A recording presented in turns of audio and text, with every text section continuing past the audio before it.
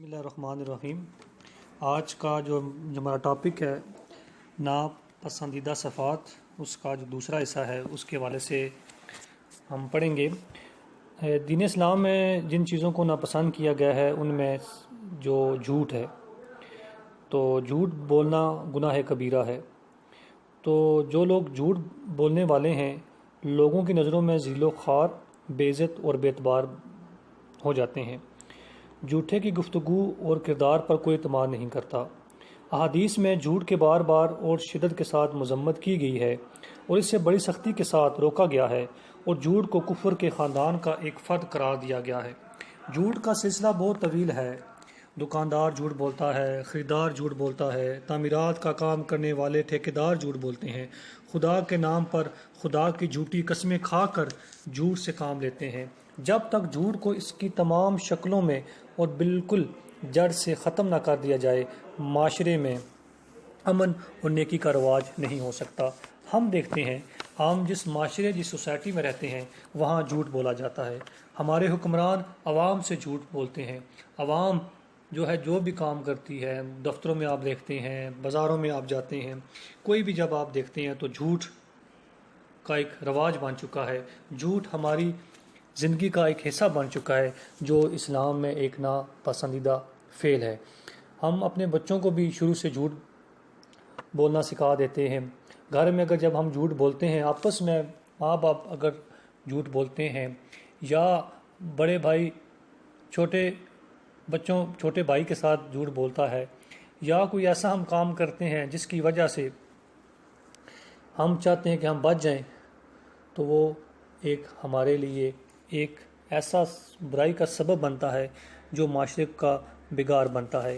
تو اللہ تعالیٰ نے جھوٹ کو ناپسند فرمایا ہے۔ آپ صلی اللہ علیہ وسلم خود بھی جھوٹ کو بہت ناپسند کیا کرتے تھے۔ تو ہمیں چاہیے کہ ہم جھوٹ سے زیادہ بچیں اور اپنے معاشرے اور سوسائٹی میں رہتے ہوئے زیادہ سے زیادہ سچی بات کہیں۔ جہاں ہم جھوٹ کی بات کرتے ہیں، جہاں جھوٹ بولا جاتا ہے، آج ہر قدم پر، ہر لمحہ، ہر وقت ہماری کوشش ہوتی ہے کہ ہم جھوٹ بولیں۔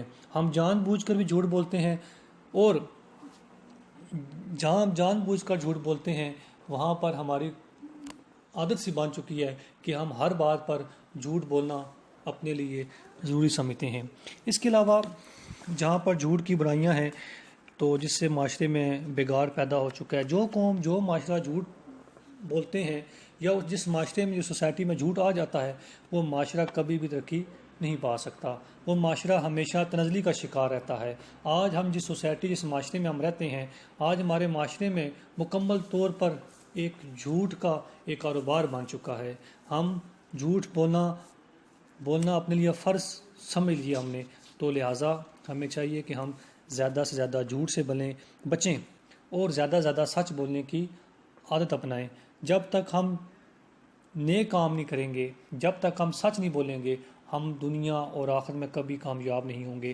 آج ہماری جو ناکامی کا جو سبب ہے وہ صرف یہی ہے کہ ہم جھوٹ بولتے ہیں، اپنی ذات کے ساتھ بھی جھوٹ بولتے ہیں، اپنی ذات کے ساتھ بھی دھوکہ کرتے ہیں، اور لوگوں کے ساتھ بھی ہم دھوکہ کرتے ہیں۔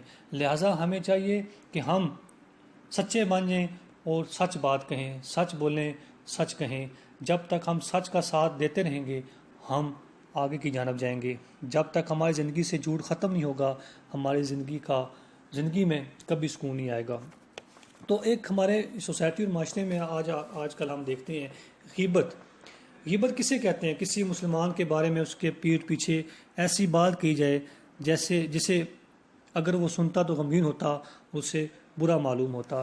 یعنی آج ہم کسی کے پیٹھ کے پیچھے ہم غیبت کرتے ہیں، اس کی برائیاں کرتے ہیں، تانے دیتے ہیں، چغلیاں کھاتا پھرتا ہے، ٹھیک ہے۔ یعنی ہم قرآن مجید میں بھی اللہ تعالیٰ نے ارشاد فرمایا، ہر ایسے شخص کے لیے بڑی خرابی ہے جو عیب نکالنے والا ہو اور تانا دینے والا ہو۔ یعنی رب تعالیٰ نے بھی جو غیبت ہے وہ کو ناپسند فرمایا ہے۔ تو ہمیں غیبت سے بچنا چاہیے، ہمیں کوشش کرنی چاہیے کہ ہم کسی کے بارے میں کوئی بری بات نہ کہیں، اس چاہے وہ اچھے اعمال کرتا ہے چاہے برے اعمال کرتا ہے، اس کی زندگی میں جو کچھ بھی ہے وہ اپنے لیے کرتا ہے۔ ہمیں چاہیے کہ ہم کسی کے بارے میں کوئی غلط بات نہ کریں، حتیٰ کہ آپ صلی اللہ علیہ وسلم نے یہاں تک فرما دیا غیبت زنا سے زیادہ سخت گناہ ہے۔ اس لیے تمام مسلمانوں پر ضروری ہے کہ ہم زیادہ سے زیادہ غیبت سے بچیں۔ غیبت ایک برائی کی ایک بہت بڑی جڑ ہے۔ جب ہم لوگوں کے بارے میں بری بات کہنا چھوڑ دیں گے تو اس معاشرے میں امن و سکون آ جائے گا۔ آج صرف غیبت ہی کی وجہ سے جو گھروں میں جھگڑے ہو رہے ہیں، جو معاشرے میں جھگڑے ہو جاتے ہیں، لوگ آپس میں لڑ پڑتے ہیں، لوگ قتل ہو جاتے ہیں، لوگ در بدر کی ٹھوکریں کھاتے ہیں، یہ صرف اور صرف غیبت ہی کی وجہ سے ہے۔ تو لہٰذا ہم غیبت کرنا چھوڑ دیں، لوگوں، اپنے دوست یا اپنے عزیز، اپنے رشتہ دار، اپنے بہن، اپنے بھائی، کسی کے بارے میں بھی اس کے پیٹ پیچھے برائی نہ کریں۔ تو اگر ہم جب غیبت کریں گے تو اللہ تعالیٰ اور اللہ کے رسول سخت ناراض ہوں گے۔ ہمارے پاس ایک حقوق و فرائض ہے۔ آپ صلی اللہ علیہ وسلم نے ارشاد فرمایا ہے، وہ ہم میں سے نہیں جو اپنے ہمسائے کے ساتھ نیکی نہ کرے۔ اس حدیث کا مطلب اور مقصد صرف یہ نہیں کہ مسلمان اپنے ہمسائے کے ساتھ برائی نہ کرے، بلکہ مقصد یہ ہے کہ اس کے ساتھ نیکی کرے۔ اگر وہ غریب ہے تو مالی مدد دے، اگر وہ ضرورت مند ہے تو اس کی ضرورت پوری کرے، اور اگر بیمار ہے تو اس کی عیادت کرے، یعنی اس سے ملے، اس کا حال احوال پوچھے، کسی مدد کی ضرورت ہو تو وہ کرے۔ اگر ہمسایہ کوئی برائی کرے تو نظر انداز کرے اور اسے معاف کر دے، اور اگر ہمسایہ کی کوئی برائی معلوم ہو جائے تو اس کو نہ پلائے۔ اس کے علاوہ اگر ہمسایہ کو کسی چیز کی ضرورت پڑے تو اس کے بس میں ہو تو اسے دے دے۔ یعنی جس چیز کا ہمیں حکم دیا گیا ہے وہ یہ بھی حکم دیا گیا ہے کہ ہم حقوق و فرائض کا خاص خیال رکھیں۔ آج ہم دیکھ رہے ہیں کہ ہم نے حقوق و فرائض پر عمل کرنا چھوڑ دیا ہے۔ ہمیں یہ معلوم نہیں ہوتا کہ ہمارے ساتھ جو ہمسایہ ہے اس کا حال کیسا ہے، ہمارا کوئی عزیز ہے، کوئی رشتہ دار ہے، اس کا حال کیسا ہے۔ تو آپ صلی اللہ علیہ وسلم نے سختی سے یہ تلقین فرمائی ہے کہ اگر ہم معاشرے میں چاہتے ہیں کہ معاشرے میں پیار بڑھے، محبت بڑھے، ایک بھائی چارے کا ایک ماحول بنے، تو اس کے لیے ضروری ہے کہ ہم کیا کریں، جو ہمارے ہمسائے ہیں ان کا خاص خیال رکھیں، ان کی دیکھ بھال کریں۔ اگر ہمارے پاس مال ہے، ہمارے پاس اناج ہے، ہمارے پاس ضروریات زندگی کی تمام چیزیں ہیں، جو ہمارے پاس جیسی چیزیں ہیں اگر ہمیں اللہ تعالیٰ نے وافر مقدار میں دی ہیں تو ہم کیا کریں، جو ہمارے محلے میں ہمسائے غریب رہتے ہیں ان کی مدد کریں، جو ہمارے عزیز غریب ہیں ان کی مدد کریں۔ اس کے علاوہ والدین پر اولاد کے کچھ حقوق ہیں۔ ان میں سے سب سے اہم حق اسلام کے دستور اور طریقے کے مطابق بچوں کی تربیت ہے۔ 7 سال کی عمر سے انہیں نماز کی طرف متوجہ کریں اور نمازیں اور دین کے اہم مسائل سے مختصر طور پر آسان زبان میں واقف کرائیں۔ بچوں کو جھوٹ، چوری، گالی اور بد زبانی سے بھلے طریقے سے روکیں، اور ایسے اسکولوں میں داخل کرائیں جہاں اسلامی روح اور فضا موجود ہو۔ اور والدین کا بھی یہ حق ہے کہ اپنے بچوں کو زیادہ سے زیادہ دین اسلام سکھائیں، انہیں غیر دینی ماحول سے بچائیں۔ اولاد سچائی اور ایمان اور پاکدامنی سے دور ہو جائے گی۔ جب ہم انہیں دین اسلام کے اصولوں کے مطابق چلائیں گے تو بچے آپ کے جو ہے ان کے اندر ایک نئی زندگی آئے گی، ان کے اندر سکون آ جائے گا۔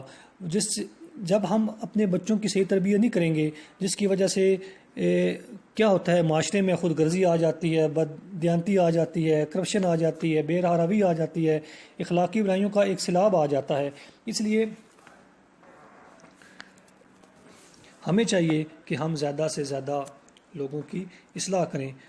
تو آپس میں محبت اس برادری کی بنیاد ہے، اصول کافی ہے۔ آپ صلی اللہ علیہ وسلم نے ارشاد فرمایا کہ مومن دوسرے مومن کا بھائی ہے، اس کی آنکھ ہے، اس کا رہنما ہے۔ مومن کے ساتھ خیانت نہیں کرتا، ظلم نہیں کرتا، جھوٹ وعدہ نہیں کرتا، اس کے کسی جائز خواہش پورا نہیں کرتا۔ آپ صلی اللہ علیہ وسلم نے فرمایا کہ مومن کا بھائی ہے، اور مسلمان ایک جسم اور ایک روح کی حیثیت رکھتے ہیں۔ مومن کی پہچان یہ ہے، اگر وہ دوسرا مسلمان بھوکا ہو تو وہ کھانا نہ کھائے۔ یعنی ہمیں جس چیز کی تلقین کی گئی ہے وہ یہی تلقین کی گئی ہے کہ ہم حقوق و فرائض کا خاص طور پر خیال رکھیں، ہم خیر کا کام کریں، شر سے بچیں۔ یعنی ہم اپنی زندگی کا ایک مقصد بنا لیں، ہم زیادہ سے زیادہ نیک کام کریں۔ تو ہم ناپسندیدہ جو صفات ہیں اس سے ہم دور رہیں، ہم جھوٹ سے بچیں، ہم غیبت سے بچیں، ہم بد اخلاقی سے بچیں، ہم چوری ڈاکہ سے بچیں، اور اس کے علاوہ ہم ظلم سے بچیں، ہم